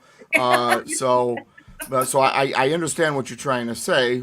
That's the reason I keep asking questions, because I don't know. That's understandable. I get it. No, Okay. It's a totally different system than anyone is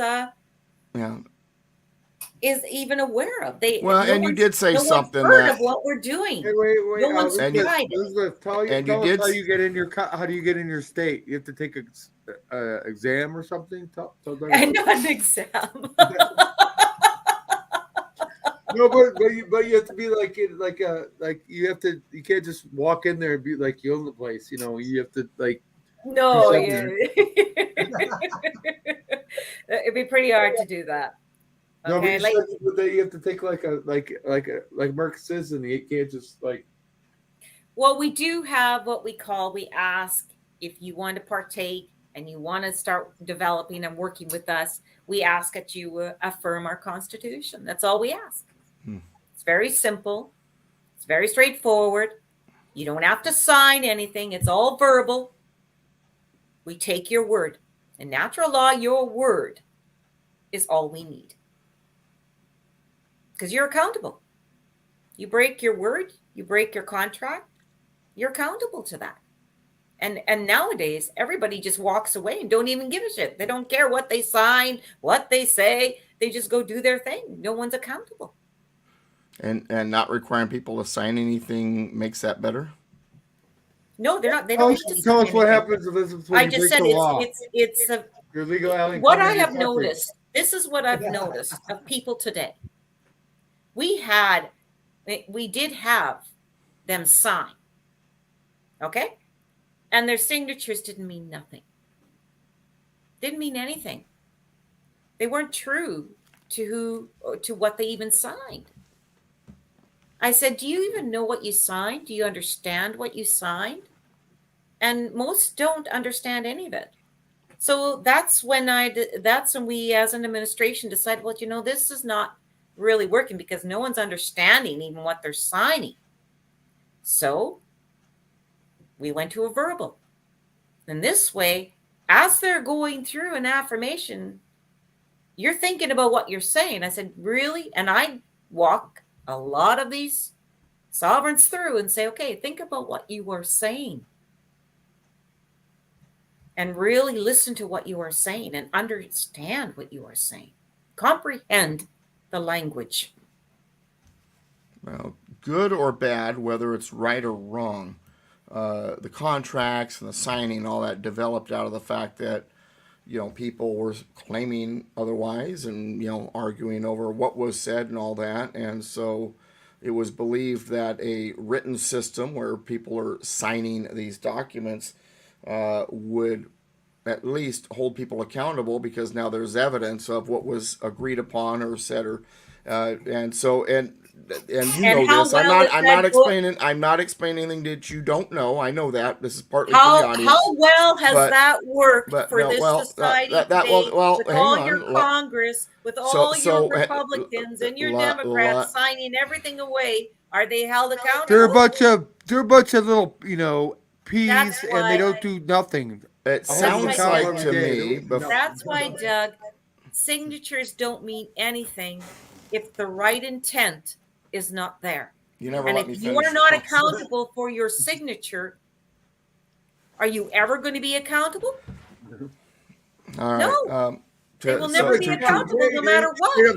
And you have all these. these evidence of all these signatures of everything that has happened with the WF, the Fed, IRS. You're basically all saying CIA, what was. North You're America, basically. FBI, You're FBI. basically. NASA, you have You're all- basically saying Okay. a part of what I was going to ask before you Just interrupted put me. them all So out thanks for before all of them advancing my throw them. question a little bit.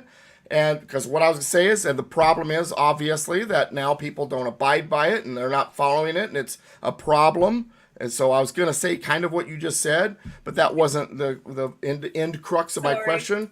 The question then, knowing that people don't abide by it and people don't follow it, it sounds to me, though, as if, and this is my interpretation of how you are presenting it, once again, I may or may not be accurate in my interpretation, that the problem is making contracts so you get rid of them. And my Making thinking is contracts that's so we get rid of them? well, that's what you basically said. Well, they're not working, so you get rid of them.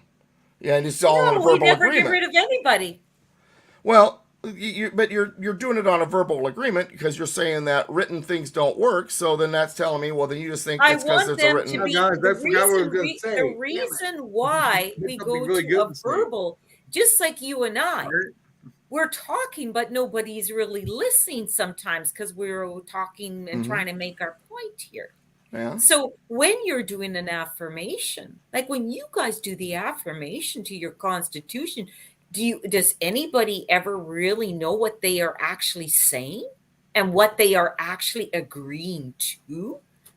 Like you sing your anthem to your country, my and my how question- many actually listen to what they're that's not saying? that's not my question. You're just confirming what I was saying. That's not my Oh. question. My question is though, how do it's coming across though that the way to resolve that is just not to do it that way. And so my question is, then how do you resolve it? Now, I was going to add to that, I don't believe the problem is the written contract or what is there or what is being said. And I think you will agree with me. It's because the person doesn't understand it. But how do you resolve that? The problem is not a contract. It's not what was said. It's not what was written. It is in the heart. We have a society that doesn't follow any type of moral code or moral law, natural law, if you want to throw that in there. And so the way to fix it is not to then go back to just verbal agreements, as it sounds like you're suggesting, but to work on the culture. Would not be a reasonable way to correct the problem. That's what natural law is all about, Doug. Hey, Doug, It's a Doug, moral law. oh, go ahead. Doug, It's before a I lose moral my law. thought, go ahead. Sorry, Doug, sorry, before I lose Joseph. my thought, tell me your lawsuit against Kabal Harris. That has nothing to do with what we're talking about, but No, I'll be. but you I'm gotta glad to tell talk her. about it, but it has nothing to do about the subject matter. I know, but tell her at the end of the stream then. Anyways, But I think she'd like it because you're holding her accountable. Well, You're not I'll try to holding do it in a people nutshell accountable for their because I actions, don't want to get into a more than maybe 5 minute explanation here because not only is it starting to get late, but I like I said, it's not a part of the subject matter, and whether or not Elizabeth is going to find it fascinating, I She's don't an know. American citizen. She isn't. It's not a matter of whether or not she's an American citizen. You've already flubbed it up. All right. Geez, man. Basically, according to the United States Constitution, in the final sentence of the 12th Amendment is that the vice president must meet the same eligibility requirements as the president. The reason why they had to add that is because the early elections, for president and vice president, they all ran for president. President was first place winner, vice president was second place winner. With the 12th Amendment, they changed that so that it would be separate elections, one for vice president, one for president. So at the end of the 12th Amendment, they added, just to make sure everybody understood, that the vice president must meet the same eligibility requirements as the president. In Article 2 of the Constitution, it explains that the president of the United States must be a natural-born citizen or a citizen of the United States at the time of the adoption of the Constitution. Kick her out right now. Let's kick her out. Let me finish here, buddy. Keep interrupting me. I won't. I'll lose my train of thought, and then I'll be confused. You don't want me confused. You really don't. But anyway, and so natural-born citizen, according to Vattel's Law of Nations, which was a legal resource of the day that had been written in French originally in 1760. It was a English translation was written or produced in 1762, and they had 3 copies of this book in the chamber at the Constitutional Convention, 2 in English, 1 in French. It says that natural-born citizen is that both parents were citizens at the time of birth. This Immigration Naturalization Act of 1790 says that, and dicta by 5 Supreme Court Chief Justices between 1791 and 1875 also have verified that that's the proper definition. The idea was because we were trying to guard against people like Tories who might have divided allegiances taking the presidency.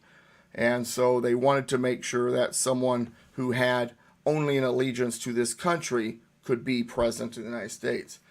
In the case of Kamala Harris, and being born in America's soil is not enough. I mean, it comes down to who your parents are. Both parents need to be citizens at the time of birth. When it came to Kamala Harris, she was born in Oakland, California, but to 2 persons who were here on student visas. They weren't even considering becoming immigrants. They were visitors. And so from a constitutional standpoint, she's not only not eligible for the vice presidency, she's not eligible for the presidency. As for the citizenship part, if you read the 14th Amendment citizenship clause, it says that to be a citizen, you need to be born or naturalized and second requirement, subject to the jurisdiction thereof. Today's political and legal classes decided that subject to the jurisdiction thereof means within the borders and subject to the laws. However, the authors of that clause in 1866 testified before Congress what they meant was full allegiance to the United States.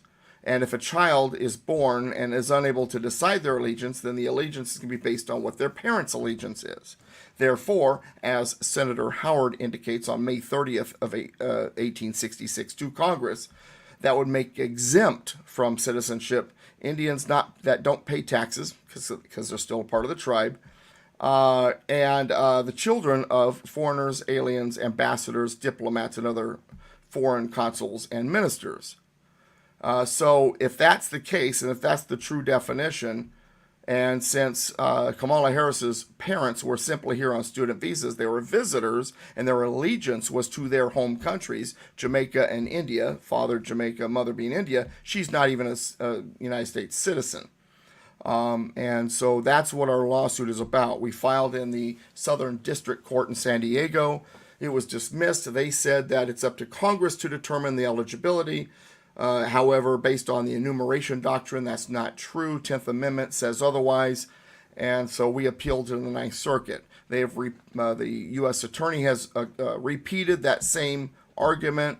We have not only continued to argue that the enumeration doctrine reigns here, but also found over 50 cases of case law to support our argument that the enumeration doctrine is required. In other words, in order to have an authority, it comes down to if it's authorized in the Constitution. If it's not, then it becomes a state and a people's authority. Because it says in the 10th Amendment that if it's not given to the federal government and it's not prohibited to the states, then the authority belongs to the states and to the people. And well, as the people, we are then taking on that authority and suing through federal court. The problem is, I don't expect to win because we're fighting a fight against a federal officer in a federal court paid by federal money with federal judges. But the idea is that we get this out to the court of public opinion so that they make a big enough stink that we'll be able to we'll find out who these activist judges are even more so, get them replaced, and maybe start getting people who shouldn't be in office out of office, or at least stop them from getting into the office in the first place because they're not natural born citizens. So there you go, as quick as I could. Okay. I don't think anything is going to happen anyway. Once again, I'm hoping that the court of public opinion gets a whiff of this. We've got a few small media outlets that are talking about it, but none of the major ones. I am working with some legislators in certain states that agree with me, and we're trying to work on certain things, but related directly and indirectly to that. To say something I wanted to say earlier to you when you were talking earlier, and I didn't get the opportunity, but I wanted to say something, was you were talking about how, like with your currency, how you guys are developing it. It takes time. And that's what I say about everything. Unfortunately, we have a citizenry who wants instant gratification. We got to turn this around, shoot it up and whatever. And that's just not going to happen. Things take time. When I was a kid, I was brainwashed that everything was going to give to me instantaneously. That's because you're part of the younger generation too. I don't know about Elizabeth, but I'm quite a bit older than you, sir, and I remember a day when we were taught it takes a while. You got to grow it, you got to hoe it, and you got to pull it. And we didn't have a microwave oven, a computer. I never heard of that. I was born with a computer in my brain. No, I remember the day. Well, I remember one time I was telling my daughter how when I was a kid and a young man even, I don't think we got a microwave till I think I was a senior in high school.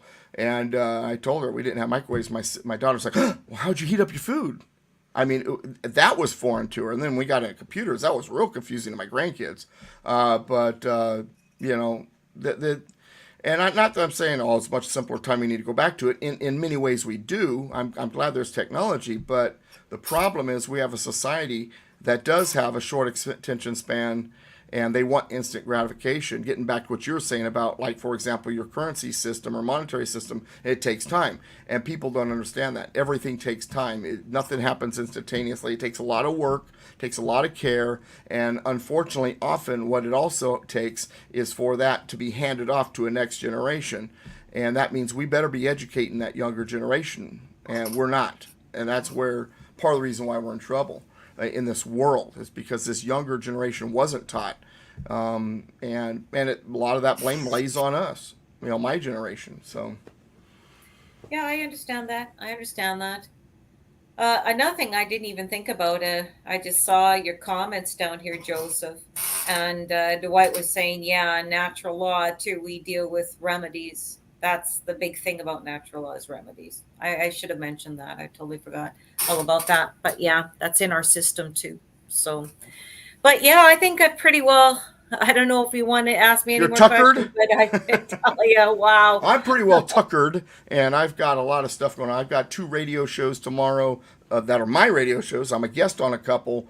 I've got a couple of meetings. So I need to go get some shut eye, and it's 10:30 here. Thank you, guys. I don't know what it is there, but I know it's much later wherever you are, probably. You gotta share this with the world, man. Well, Yeah. no, I'll put it out there that we talked. Thank you, Elizabeth. I apologize if it seemed confrontational sometimes. Not meant to be. I do have a pretty good handle on the American system, and so I would invite you that if ever you do want to understand any of it better, you can contact me. You can be in touch. And you could just ask Joseph, and for any of my contact information, Joseph, you have permission to give it to her if she asks. And if not, good luck. I still don't fully understand. I get the gist of what you're doing. On the surface, it has its goods and bads to me, and once again, on the bads, I hope I'm wrong. But as it develops and as you have, I don't know, better explanations or something you can kind of give more solid, I would love to hear it. I would love to hear it. I guess over time, I didn't really Yeah. get a chance to really explain everything we're doing. Well, But it's not just one 2 area. hours is kind of a snap of the fingers amount of time, too, isn't it? We got another 2-hour show for all this. No, that's okay. Again, I mean, I teach Constitution classes. I don't do it in an hour or two. I mean, it takes about 20 hours of 1 hour classes, about 20 weeks. So Okay, Doug, it's taken us 6 years to get to this point. yeah. Oh yeah, no, Okay, 6 no years to doubt. get to this point. Yeah, as I said earlier, it takes time to do stuff. I get it. And when you're developing a system that no one even knows anything about, it's really tough because Yeah. you're starting right from Sure. scratch. Sure. I'll get rid of PayPal altogether. They're a bunch of dude. I couldn't even get home because of PayPal, man. It was what's every waking to? I couldn't get. Don't put all your eggs in one basket, man. I had GPay too, but no one would take it. Yeah, gee. There is this funny thing called cash. You might have heard of it. Oh no, I didn't have any cash. I thought I was going to save money. Well, I deal with cash. I like cash. Okay. Yeah, me too. Yeah. You brought gold with me. It didn't work So out. if you learn anything from this show, Joseph, carry cash. Okay.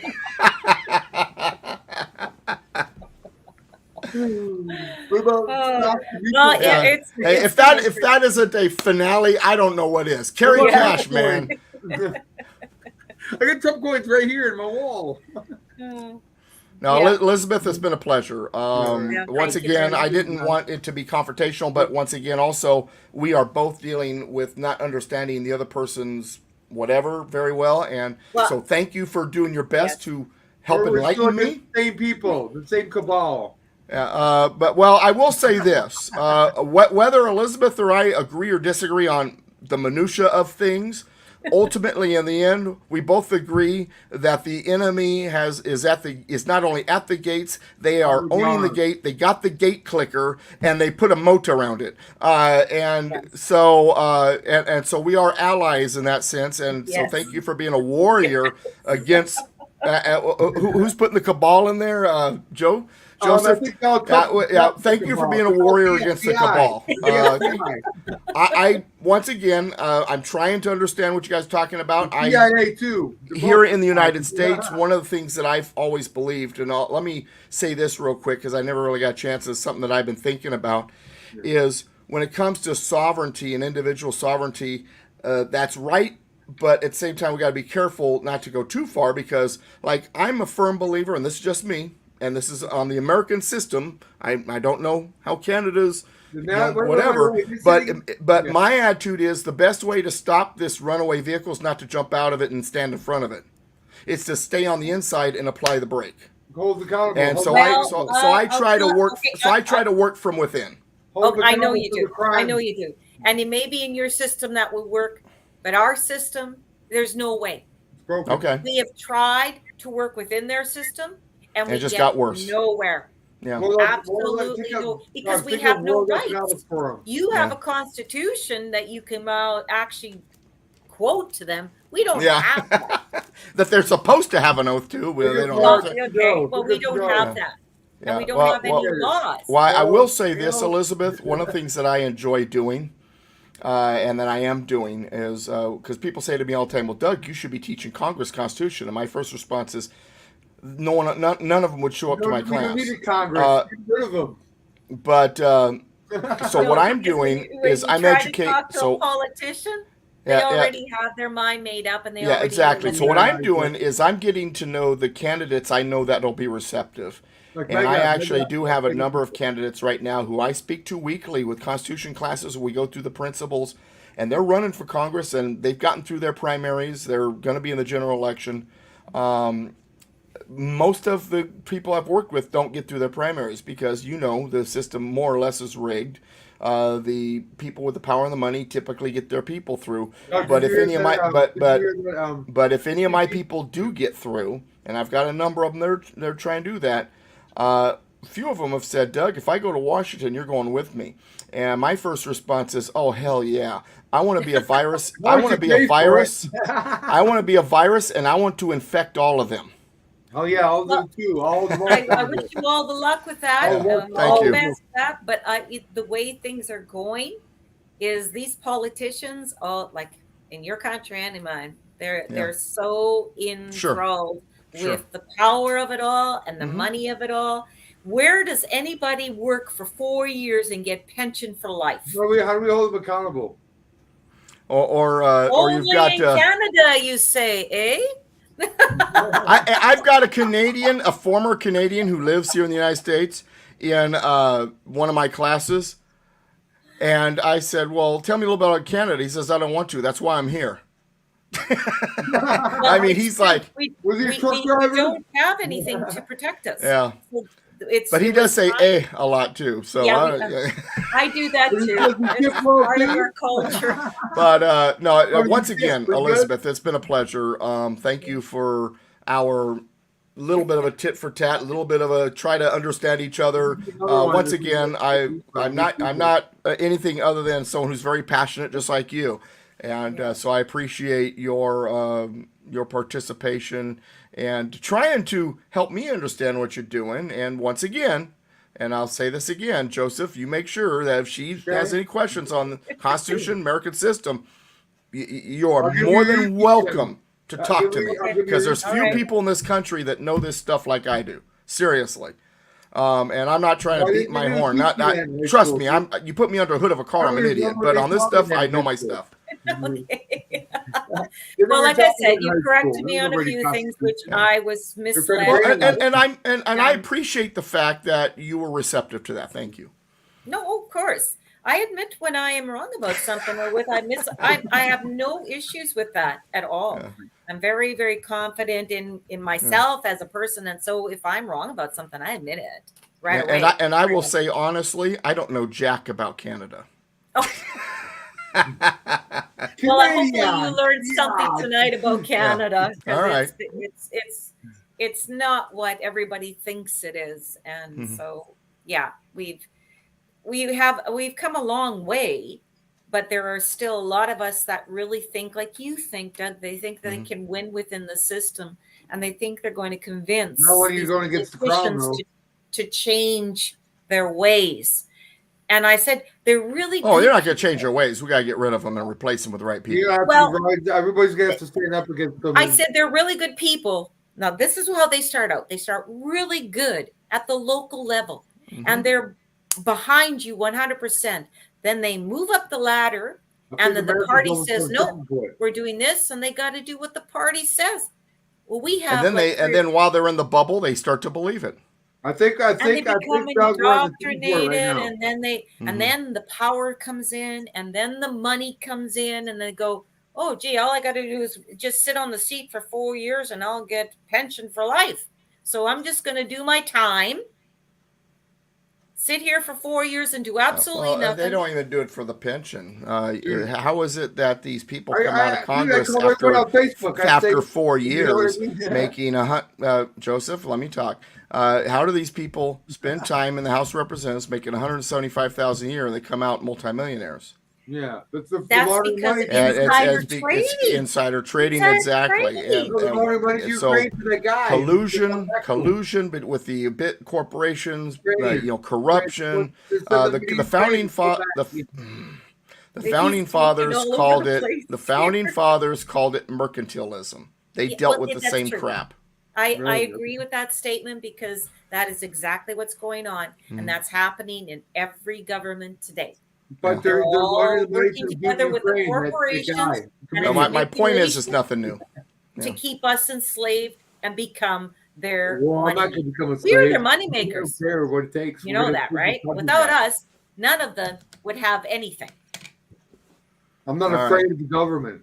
I'm And not it's afraid of the because we FBI. I'm not pay afraid of and CIA. we I'm not work afraid of all of and them. we supply. As soon as we The call them out, corporations would never survive if we as soon didn't as we buy their call them out, product. they'll go hide. They'll go hide away. That's what He's they not do. even listening to me today. What's going on? Anyways, it They'll was go nice hide. meeting you, Doug. Oh, I And tell you, I'm a conversation. grandparent. I'm fairly patient, but you know. All right. Yeah. No, Elizabeth. Thank you He's for like your a time. Go see my squirrel. Facebook. Go All see my over the Facebook place post. there. All right, Joseph. I am heading out of here. I've got a Okay, wife that's guys. wondering if her husband's still alive. Yeah, okay. It's Anyways, okay. Yeah, nice I to already see you. killed them all off. I Take sniped care. them. All right. right. Thanks for spending the time. I'm out of here. Yes. Awesome. No See you guys problem. later. See Great ya. show. Okay, Joseph. Yeah. Holy crow. Dude, I do this on Facebook all the time. They finally banned me. When I put this Donald Trump and Benny Johnson, they're talking about how Biden was a satanic guy. Oh He was a my God. pedophile. Wow. But he is, though. It's Well, thank you for inviting me anyways. fun, right? And thank you. I'm going to head It was a out, good I debate, guess. though, right? Pardon me? I know it's kind of like crazy, right? But Well, you had a good debate. I wasn't expecting that. I wasn't prepared.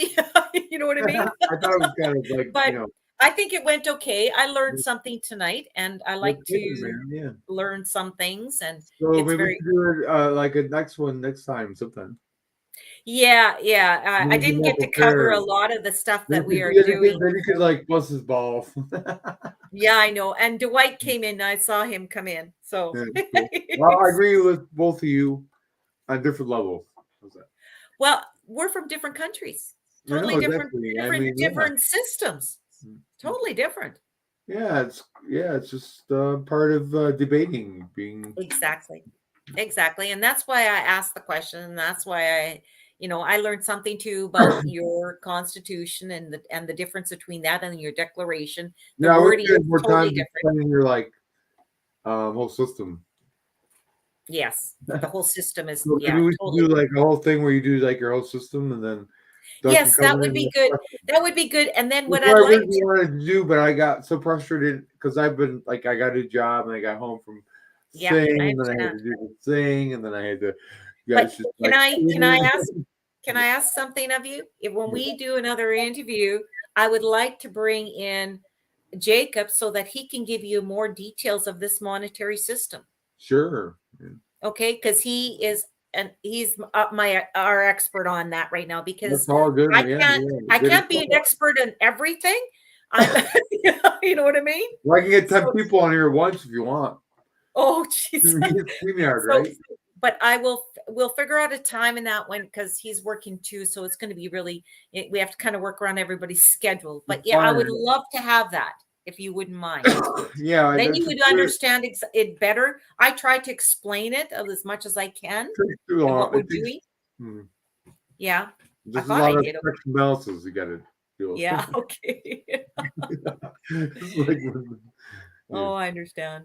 Yeah. But anyways, thank you for having me. I appreciate no it. problem. All right. You take care. All right. Well, Scott McKay about you. I think he like your thing. Scott McKay's way more open than I like to talk about, but Okay.